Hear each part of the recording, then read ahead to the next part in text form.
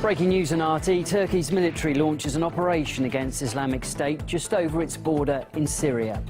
Also to come this hour. They have stolen my only dream. It's hard. It's painful. Heartbreak for Rusia's Paralympic team, disqualified from Rio after losing an appeal against a blanket ban for what's been called state-sponsored doping. And here, you take my pulse while I'm talking to you. Okay. Make sure I'm alive. US presidential candidate Hillary Clinton's health has come under the media microscope, forcing the Democratic nominee to deny claims she's unfit for America's top job.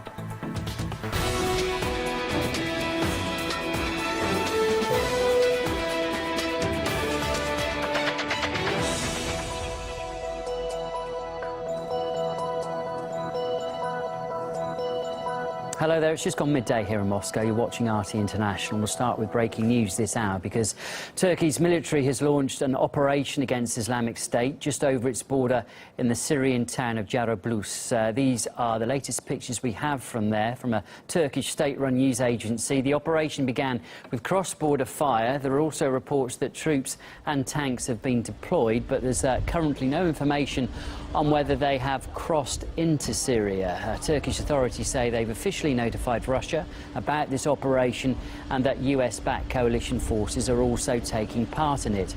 Local media say 70 ISIL targets have been hit in the first few hours of the offensive.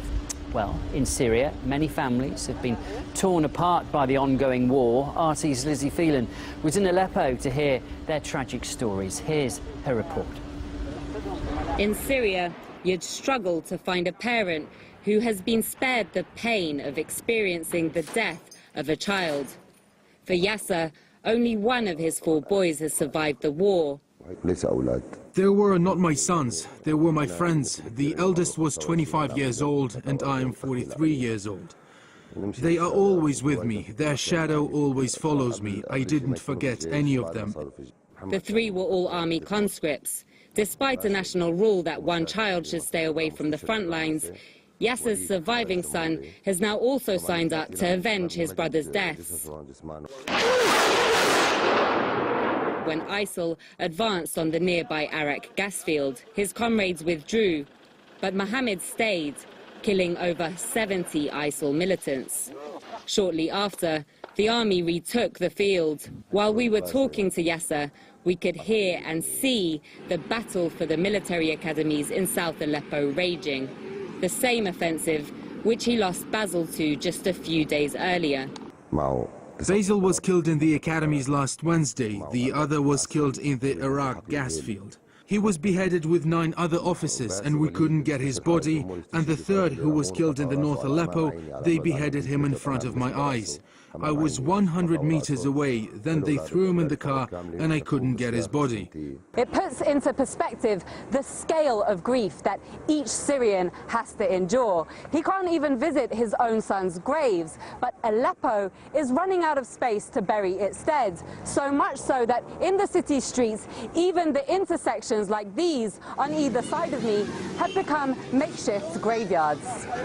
The family of Yasser's cousin also has only one child that survived almost 6 years of conflict.